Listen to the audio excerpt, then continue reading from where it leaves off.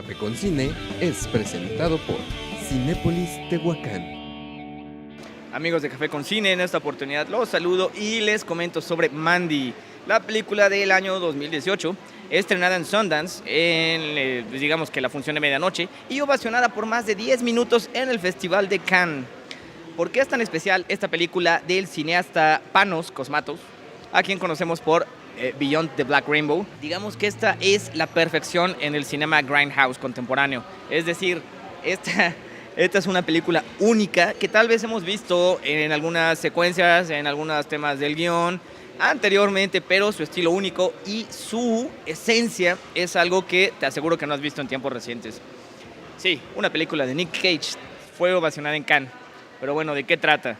1983 después de Cristo, en la región del noroeste pacífico, es decir, una zona montañosa en los Estados Unidos de Norteamérica, en una residencia bastante agradable en la que viven Red y Mandy. La vida tranquila de estas personas, que digamos que es un tanto hedonista, es una pareja de aficionados al cine de terror, aficionados a Motley Crue y a libros de literatura fantástica, un tanto esotérica. Pues esta tranquilidad se ve interrumpida cuando Mandy se convierte en el objeto de deseo del líder de un culto llamado Jeremiah.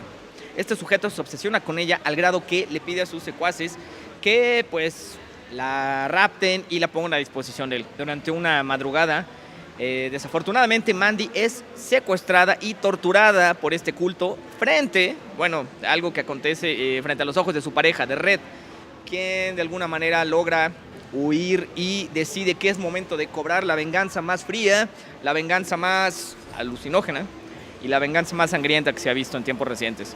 ¿Qué les puedo comentar que sea positivo de esta película? Es que supongamos que Rob Zombie, las películas de Rob Zombie y de Nicholas Winding Refn tienen una hija rockera, metalera. Bueno, el resultado sería Mandy. Digamos que si juntamos lo que es The Devil's Rejects con 31 y hacemos una mezcla con Drive y también con Solo Dios Perdona, tenemos un resultado que podría ser lo más similar a esta película. ¿Qué podemos esperar?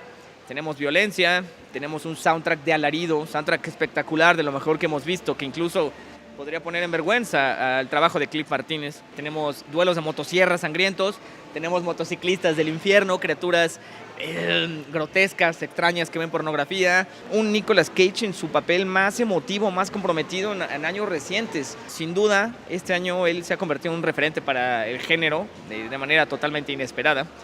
Y en este papel, bueno, lo demuestra. Digamos que esta es una película que no es como para el gusto de todos, no cualquiera la va a apreciar. Su primer acto en general es un tanto lento, es como etéreo, es cuando se instaura una atmósfera, se instaura un modo muy oscuro, un modo incluso también flamboyante, una temática muy oscura, pero con colores bastante brillantes que pondrían en vergüenza al Argento más estilizado de los años 70.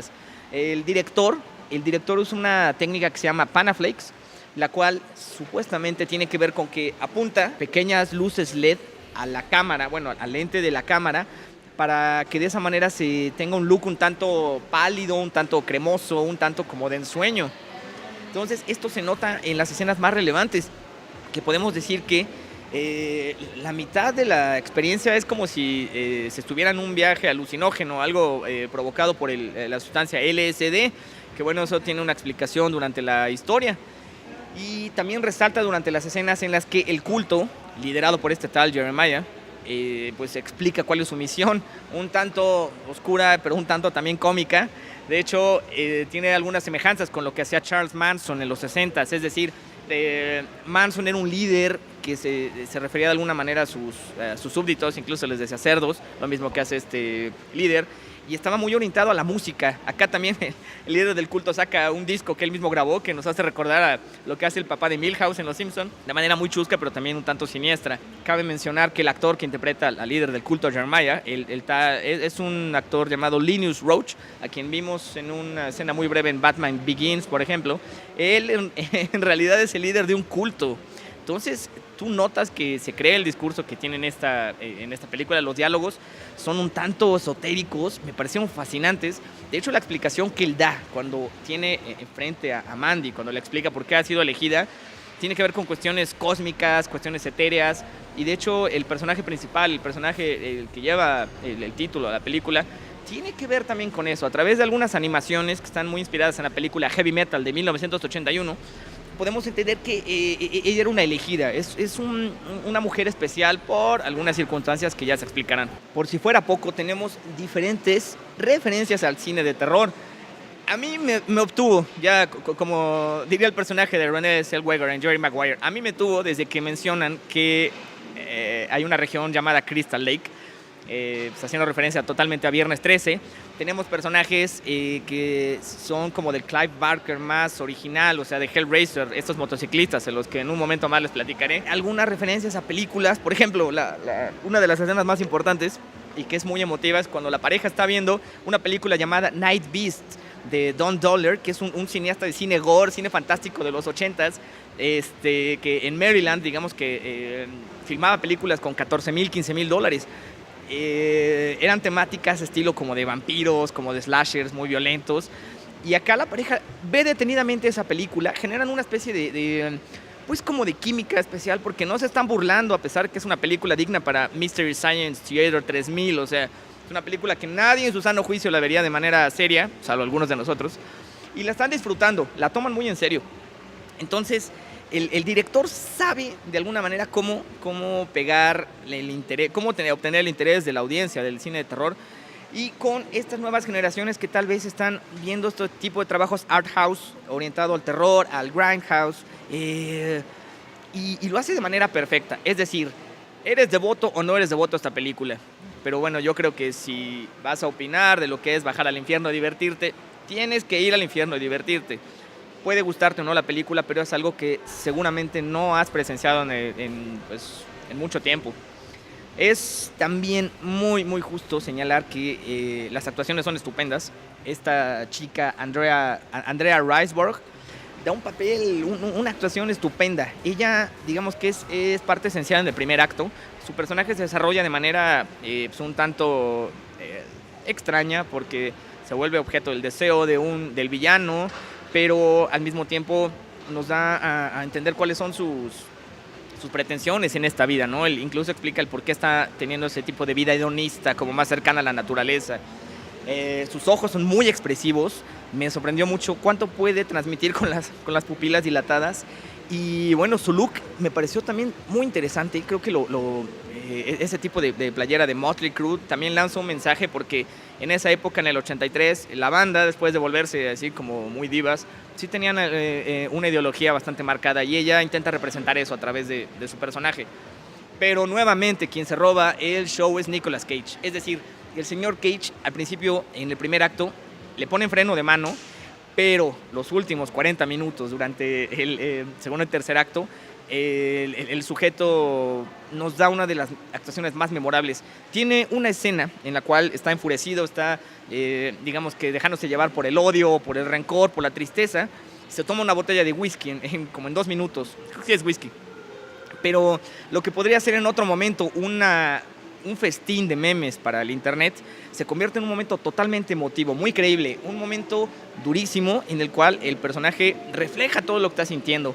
Posteriormente, digamos que ya cobra una venganza despiadada, en la cual su camino lo lleva a construir una espada como ancestral y futurista. También construye una especie de arco y una flecha para enfrentar a sus enemigos infernales, que también llevan a un duelo de motosierras que no habíamos visto desde La Masacre en Texas 2, en el cual Dennis Hopper enfrenta a Leatherface, el villano de la saga. Y bueno, creo que entre los dos momentos, es que me quedo con los dos, son igual de espectaculares, igual de cómicos, hilarantes. Pero Cage se nota comprometido. De hecho, el director no quería que él fuera el protagonista. Él estaba pensando que Nicolas hubiera interpretado al líder del culto, pero hablando con Elijah Wood, quien funge como coproductor, lograron convencer al director que la persona ideal era el señor Cage, y no decepciona. Es un trabajo fascinante, tiene algunos diálogos interesantes, algunos one-liners también muy, muy buenos, y su actuación física es bastante buena. Esto lo podemos notar cuando está presenciando que su novia es torturada, y bueno, también rumbo al final, cuando obtiene una especie de redención al también consumir la misma sustancia, la misma droga que hace el líder del culto. y ese es uno de los momentos también más memorables. Hay una escena totalmente random en la que consume cocaína, inesperado, pero es un momento fascinante. Para cerrar con el reparto, mención especial a Richard Brake, quien es nuevamente en estos años se ha convertido en una especie de fetiche para Rob Zombie. Lo vimos en 31 y lo vamos a ver en la Tree from Hell en el próximo año. Es un actor bastante interesante porque se le da muy bien interpretar a psicópatas y en este caso, en este papel lo hace, pero también como una especie de sujeto que está muy conectado con lo espiritual. Da una explicación muy interesante ahí sobre la droga y bueno, creo que es memorable. También tenemos un cameo muy interesante por parte de Bill Duke, a quien vimos en Predator. Y bueno, hay pequeños detalles interesantes porque el papá del director de este sujeto de Cosmatos, él dirigió películas como Commando en los 80s y pues digamos que su hijo generó algún sentimiento especial a estos films y por eso trae este tipo de actores. Para concluir, esta es una película que revitaliza el género. Si no existiera Hereditary este año, esta sería la mejor película de terror del año. Es más, me cuesta mucho trabajo clasificarla como película de género. ¿Por qué? Porque tiene distintos elementos, o sea, trata temas que son de género como los cultos, como el gore, personajes infernales, venganza, pero también se va por un lado un tanto más existencial, lo oscurece mucho con el drama que viven los personajes. Entonces, creo que es justo, es muy válido decir que es una película de terror especial, sui generis si quieren, y merece la pena que la vean en el cine, en la comodidad de una butaca, con el sonido, con alguien que disfrute ver este tipo de películas, porque el director se encarga de captar nuestra atención a través de su estilo. Esto no sería posible de no ser por un estupendo soundtrack, uno de los más memorables en últimos tiempos, de Johan Johansson, que desafortunadamente falleció este año. Él, bueno, lo conocimos como compositor por La Teoría del Todo, por Arrival, por Sicario, por una película indie que se llama Love Song, y hace un magnífico trabajo, de verdad. Hay escenas que tal vez no son conversaciones cotidianas o que pueden ser parte de nada más para rellenar el guión, pero que gracias a la música se vuelven interesantes y sabes que te están preparando para algo. Entonces, híjole, este soundtrack merecería la pena que lo puedan conseguir. También la cinematografía me pareció estupenda, y eso que es el primer trabajo de un tal Benjamin Loeb. Él había hecho muchos cortos anteriormente, pero acá tal vez muy inspirado en el trabajo que les comentaba de Winding Refn y de Argento en los años 70, logra crear una experiencia alucinógena, una pesadilla colorida, pero que definitivamente amerita que le des una oportunidad.